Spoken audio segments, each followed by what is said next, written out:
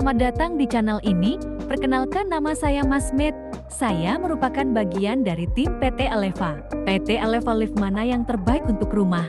Membeli home lift terkadang tidak semudah kedengarannya. Begitu banyak perusahaan, model bisnis, teknologi dan katalog penuh dengan bagan dan gambar.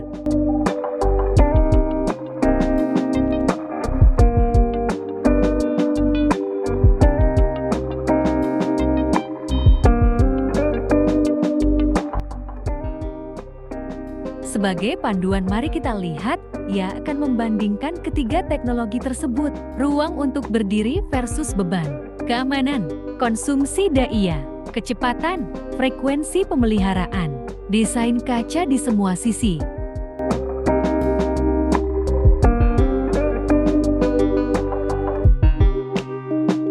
Yang pertama, di ruang untuk berdiri kasus beban, sering terjadi kesalahpahaman sehubungan dengan jumlah orang yang mampu dianut oleh lift. Kebanyakan perusahaan akan memberitahu bahwa lift mampu mengangkut sampai 8 orang karena memiliki kapasitas sampai 500 kg.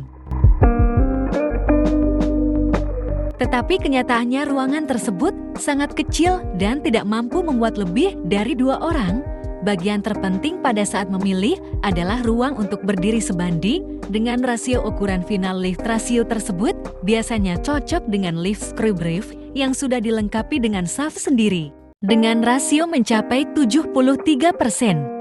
Hal ini dikarenakan desain hemat ruangan pas lift screwdriver yang unik.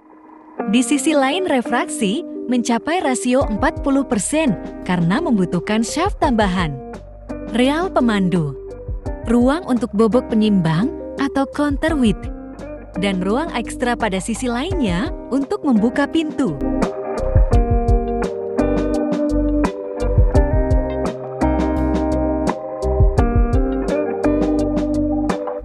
Yang kedua, konsumsi daya. Terlihat sangat sederhana, namun sangat penting karena akan mempengaruhi tagihan listrik Anda secara drastis. Daya listrik rata-rata yang digunakan oleh lift traksi adalah 5,5 kW per jam. Daya listrik rata-rata yang digunakan oleh lift hidrolik adalah 2 hingga 4 kW per jam.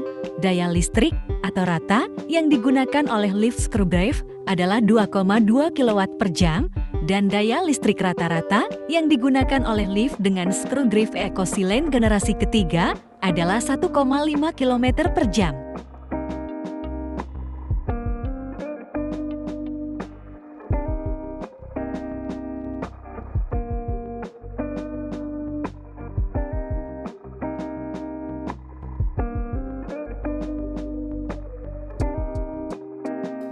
Yang ketiga, kecepatan atau speed lift.